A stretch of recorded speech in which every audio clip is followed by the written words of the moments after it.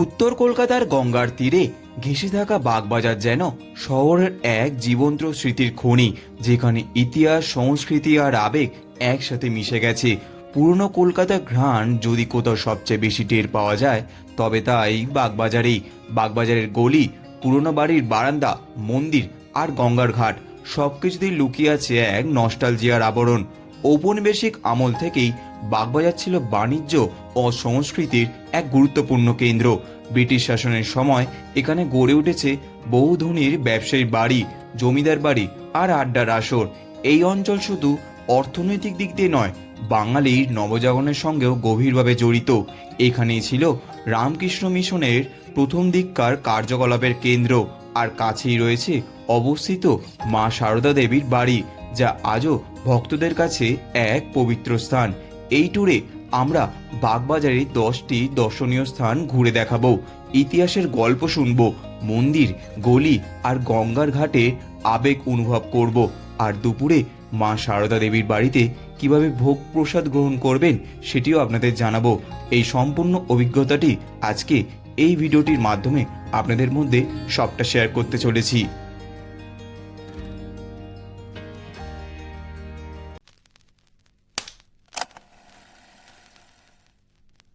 নমস্কার বন্ধুরা, আশা করি সকলে ভালো আছেন এবং সুস্থ আছেন। একটি নতুন ভিডিওতে আপনাদের সবাইকে জানাই স্বাগতম। আজ আমি এসেছি উত্তর কলকাতার বাগবাজার অঞ্চলে। এই বাগবাজার অঞ্চলে জড়িয়ে রয়েছে কলকাতার বহু ইতিহাস। তাই আজ এই ভিডিওর মাধ্যমে আপনাদেরকে কয়েকটি প্রাচীন মন্দির এবং কয়েকটি প্রাচীন দর্শনীয় স্থান এই ভিডিওর মাধ্যমে আপনাদেরকে সবটা শেয়ার করতে চলেছি। এই প্রাচীন মন্দিরগুলিতে এবং এই প্রাচীন দর্শনীয় স্থানগুলিতে আপনারা কিভাবে আসবেন, সময়সূচি কী কী রয়েছে, এই যাবতীয় তথ্য আজকে এই ভিডিওটার মাধ্যমে আপনাদেরকে সবটা শেয়ার করতে চলেছি। তাহলে চলুন আজকে উত্তর কলকাতার এই ভ্রমণ আপনাদেরকে নিয়ে শুরু করা যাক। আজকের আমাদের প্রথম গন্তব্য বাগবাজারের বসু বাড়ি। এই বাড়িটি 19 শতকে বসু পরিবারের উদ্যোগে নির্মিত হয়, যার সঙ্গে যুক্ত ছিলেন প্রখ্যাত নীলমণি মিত্র। এর স্থাপত্যশৈলী বিশেষভাবে উল্লেখযোগ্য কারণ এই বাড়িটি ইউরোপীয় ধারার বদলে হিন্দু ও ইসলামিক শৈলীর মিশ্রণ দেখা যায়, যা কলকাতার অন্যান্য জমিদার বাড়ির থেকেই একেবারেই ভিন্ন ধরনের। বাড়িটির কেন্দ্রবিন্দু হল বিশাল ঠাকুর দালান, যেখানে একসময় জাঁকজমকপূর্ণ দুর্গাপুজো অনুষ্ঠিত হলো। বসুবাড়ি স্থাপত্যেই নয়, ইতিহাসও বেশ সমৃদ্ধ। বসুবাড়ির সঙ্গে বংশধারার সঙ্গে যুক্ত ছিলেন সুভাষচন্দ্র বসুর মতো মহান ব্যক্তিত্বরাও। বর্তমানে বাড়িটির একাংশে রামকৃষ্ণ ডে স্টুডেন্টস হোম দ্বারা পরিচালিত হচ্ছে, আর অন্য অংশের পুনর্নির্মাণ ও সংরক্ষণের উদ্যোগ নেওয়া হয়েছে। আমাদের দ্বিতীয় গন্তব্য ভগিনী নিবেদিতার বাড়ি। বাগবাজারের 16A বোসপাড়া লেনের বাড়িটি বাইরে থেকে সাধারণ মনে হলো, এর ঐতিহাসিক গুরুত্ব কিন্তু অসীম। এই বাড়িতেই 1898 সাল থেকে 1911 সাল পর্যন্ত বসবাস করেছিলেন ভগিনী নিবেদিতা, যিনি এখানে এসে তার আধ্যাত্মিক ও সাংস্কৃতিক রূপান্তরের পথ সম্পূর্ণ করেছিলেন। স্বামী বিবেকানন্দের প্রেরণায় আয়ারল্যান্ডের মার্গারেট নোবেল থেকে তিনি নিবেদিতা হয়ে ওঠেন। দীর্ঘদিন অবহেলিত থাকার পর তার 150তম জন্মবার্ষিকীতে রামকৃষ্ণ সারদা মিশন ও রাজ্য সরকারের উদ্যোগে বাড়িটি নতুন করে সংস্কার করা হয়। বর্তমানে এটি জনসাধারণের জন্য উন্মুক্ত করা হয়েছে এবং ভবিষ্যতে এখানে একটি জাদুঘর তৈরির পরিকল্পনাও রয়েছে, যা এই ঐতিহাসিক স্থানকে নতুনভাবে আরও পরিচিত করে তুলবে সবার মাঝে।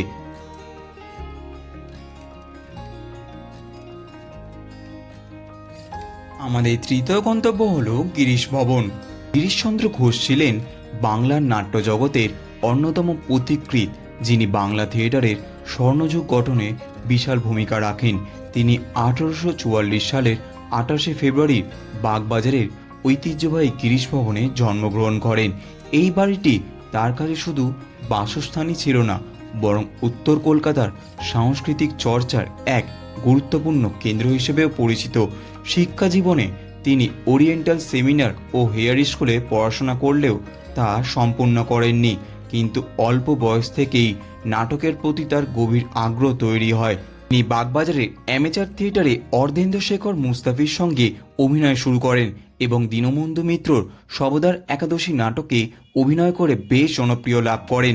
1884 সালের 20শে সেপ্টেম্বর তিনি বিখ্যাত অভিনেত্রী বিনোদিনী দাসের সঙ্গে চৈতন্যলীলা মঞ্চস্থ স্থাপন করেন, যেখানে 21শে সেপ্টেম্বর 1884 সালে দর্শক হিসেবে উপস্থিত ছিলেন শ্রী রামকৃষ্ণ। এই ঘটনায় তার জীবনে আধ্যাত্মিক পরিবর্তন আনে এবং পরবর্তীতে তিনি রামকৃষ্ণের শিষ্য হয়ে ওঠেন। তার জন্মস্থান গিরিশ ভবন আজও ইতিহাসে সাক্ষী হয়ে দাঁড়িয়ে আছে। আমাদের চতুর্থ গন্তব্য হলো বলরাম মন্দির। মার্কিন যুক্তরাষ্ট্র থেকে ফিরে স্বামী বিবেকানন্দ তার গুরু শ্রী রামকৃষ্ণের আদর্শকে সংগঠিতভাবে সমাজে ছড়িয়ে দেওয়ার উদ্দেশ্যে একটি সমিতি গঠনের উদ্দেশ্য নেন। এই ভাবনা থেকেই রামকৃষ্ণ মিশনের জন্ম। 1897 সালের 1 মে বলরাম মন্দিরের অনুষ্ঠিত ঐতিহাসিক সভায় তিনি আনুষ্ঠানিকভাবে মিশনের প্রতিষ্ঠার ঘোষণা করেন। এই সভায় মিশনের উদ্দেশ্য, কার্যক্রম এবং সংগঠন কাঠামো নির্ধারণ করা হয়। বর্তমানে বাগবাজারের মিশনের দুটি প্রধান কেন্দ্র বিশেষভাবে উল্লেখযোগ্য: বলরাম মন্দির এবং মায়ের বাড়ি, যা উদ্বোধন নামেও পরিচিত। এই কেন্দ্রটি বেলুড় মঠের অধীনে। আমাদের পঞ্চম গন্তব্য হল শ্রী গৌড়ীয় মঠ, যা মিউজিয়াম নামেও বেশ পরিচিতি লাভ করেছে। শ্রী চৈতন্য মহাপ্রভুর জীবন, শিক্ষা ও গৌড়ীয় বৈষ্ণব দর্শনকে কেন্দ্র করে বাগবাজারের গৌড়ীয় মিশন প্রাঙ্গণে গড়ে উঠেছে শ্রী চৈতন্য মহাপ্রভুর জাদুঘর, যা 2019 সালে গিরিশ মঞ্চের বিপরীতে একটি জাদুঘর উদ্বোধন করা হয়, যা গৌড়ীয় ভক্তিকে আন্দোলনকে আধুনিক প্রযুক্তির মাধ্যমে তুলে ধরার এক অনন্য উদ্যোগ। এই জাদুঘরের অন্যতম বৈশিষ্ট্য হল 3 তলা জুড়ে বিস্তৃত উচ্চ প্রযুক্তির গ্যালারি, যেখানে 3D ভিজুয়াল, ভার্চুয়াল রিয়েলিটি অভিজ্ঞতা এবং দুর্লভ প্রত্নবস্তু ব্যবহার করে মহাপ্রভুর জীবন ও তার ভক্তি দর্শনকে জীবন্ত করে তোলা হয়েছে। গৌড়ীয় মিশনের উদ্যোগে তৈরি প্রকল্পের মূল লক্ষ্য ছিল শ্রী চৈতন্য মহাপ্রভুর প্রায় 525তম জন্মবার্ষিকী স্মরণ করে তার প্রেম ভক্তি বার্তা বিশ্বব্যাপী ছড়িয়ে দেওয়া। এখানের প্রবেশ মূল্য রাখা হয়েছে খুবই সাধারণ, মাত্র 50 টাকা। ফলে সাধারণ দর্শনার্থীরাও সহজেই আধ্যাত্মিক প্রযুক্তি অভিজ্ঞতার অংশ হতে পারেন। আমাদের ষষ্ঠ গন্তব্য হলো আজকে গিরিশ মঞ্চ। গিরিশ মঞ্চ হলো বাগবাজারের অন্যতম গুরুত্বপূর্ণ সাংস্কৃতিক অডিটোরিয়াম, যা উত্তর কলকাতার দীর্ঘ নাট্য ঐতিহ্যের আধুনিক রূপ হিসেবে পরিচিতি লাভ করেছে। এটি 1986 সালের 1 জুলাই উদ্বোধন করা হয় তৎকালীন মুখ্যমন্ত্রী জ্যোতি বসুর হাত ধরে এবং বাংলার নাট্যজগতের কিংবদন্তি ব্যক্তিত্ব গিরিশ ঘোষের নাম অনুসারে এটা নামকরণ করা হয়। গিরিশ মঞ্চ উদ্বোধনের পর থেকেই এটি নিয়মিত নাট্য প্রদর্শনীর কেন্দ্র হয়ে উঠেছে। কলকাতার বহু প্রখ্যাত ও নবীন নাট্যদল এখানে তাদের প্রযোজনা মঞ্চস্থ করে, যেমন সামাজিক নাটক, ঐতিহাসিক নাটক এবং সমকালীন নাটক, বিষয়ভিত্তিক পরীক্ষামূলক নাটক। আধুনিক আলো, সাউন্ড সিস্টেম এবং দর্শকের ধারণ ক্ষমতার কারণে এটি উত্তর কলকাতার অন্যতম সক্রিয় থিয়েটার ভেন্যু হিসেবে পরিচিতি লাভ করেছে। এছাড়াও বাগবাজার অঞ্চলের অন্যান্য ঐতিহাসিক স্থাপনার সঙ্গে, যেমন বলরাম মন্দির, গৌড়ীয় মঠ ও চৈতন্য মহাপ্রভু জাদুঘর, গিরিশ মঞ্চ একত্রে এই এলাকাকে কলকাতার একটি গুরুত্বপূর্ণ সাংস্কৃতিক করিডোর হিসেবে গড়ে তুলেছে। ফলে এটি শুধু একটি ভবন নয়, বরং উত্তর কলকাতা শতবর্ষী নাট্য ও সংস্কৃতির ঐতিহ্যের আধুনিকতার একটি ধারাবাহিকতা। আমাদের সপ্তম গন্তব্য হলো রাধা মদন মোহনজিউ ঠাকুরের মন্দির।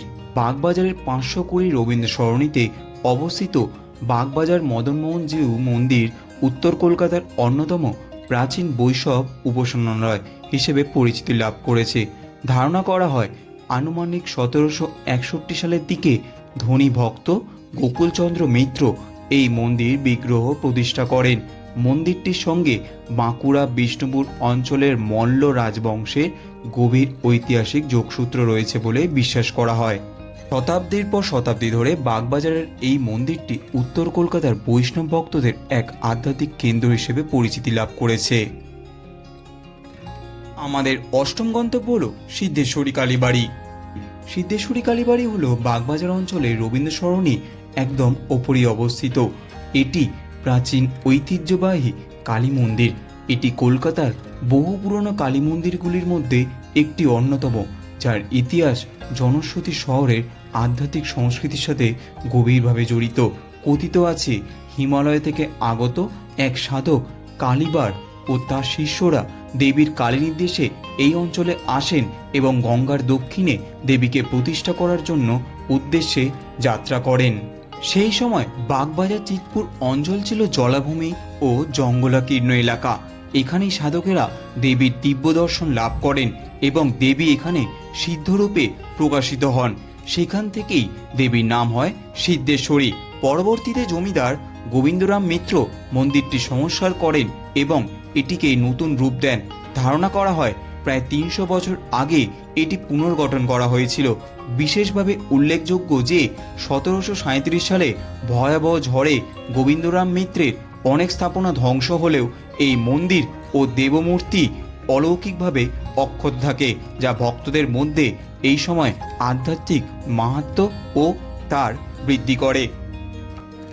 আমাদের নবম গন্তব্য হলো মায়ের বাড়ি অর্থাৎ সারদা মায়ের বাড়ি। উদ্বোধন লেন হলো বাগবাজারের 1 নম্বর উদ্বোধন লেনে অবস্থিত।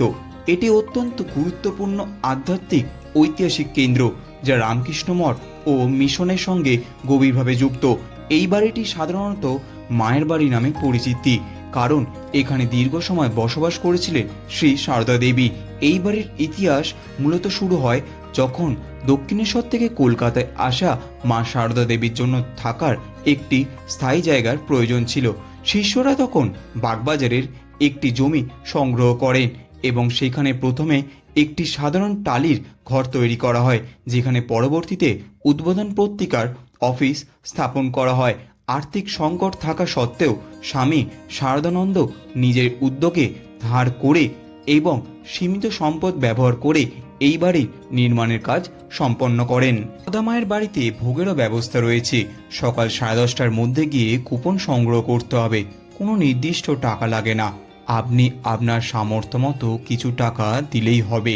দুপুর 12টা থেকে এখানে ভোগ দেওয়া শুরু হয়। চলে এলাম আমাদের আজ 10তম গন্তব্য অর্থাৎ শেষ গন্তব্য মায়ের ঘাট। 1909 সালে সারদা দেবী এই বাড়িতে স্থায়ীভাবে বসবাস শুরু করেছিলেন, যেটি এর আগের ক্লিপে আপনারা দেখতে পেলেন। জীবনের শেষ পর্যন্ত তিনি এখানেই ছিলেন। তিনি জীবিত থাকাকালীন নিয়মিত গঙ্গা স্নানে যেতেন এবং তার ঘরের জানলা থেকে হুগলি নদীর এই ঘাট দেখা যেত, যে ঘাটে তিনি স্নান করতেন।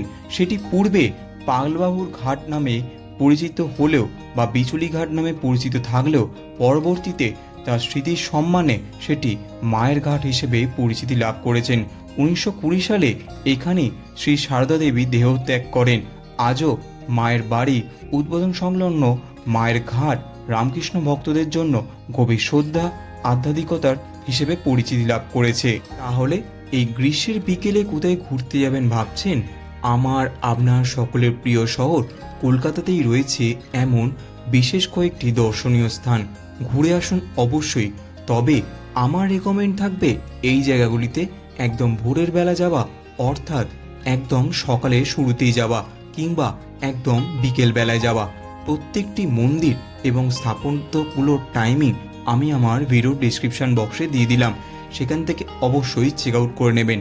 এখানেই শেষ হলো আমার একদিনের বাগবাজারের ভ্রমণ। এইখানেই শেষ করলাম আমার উত্তর কলকাতার বাগবাজার অঞ্চলের একদিনের ভ্রমণ। কেমন লাগলো ভিডিওটা অবশ্যই কিন্তু আপনার মূল্যবান কমেন্টটা আমাদের ভিডিওর কমেন্ট বক্সে জানাতে বলবেন না। ভিডিওটি যদি ভালো লেগে থাকে তাহলে ভিডিওটি অবশ্যই লাইক করবেন এবং চ্যানেলটা কিন্তু অবশ্যই সাবস্ক্রাইব করবেন, কারণ কলকাতার এমন হিডেন ডেস্টিনেশন কিন্তু আপনাদের জন্য আমাদের এই চ্যানেলে আসতে থাকে। তাহলে চলুন, দেখা হচ্ছে দুর্দান্ত একটা ডেস্টিনেশনে দুর্দান্ত একটা জার্নি নিয়ে। ততক্ষণ সকলে ভালো থাকবেন, সুস্থ থাকবেন। স্টে টিউন, বাংলার কাজ।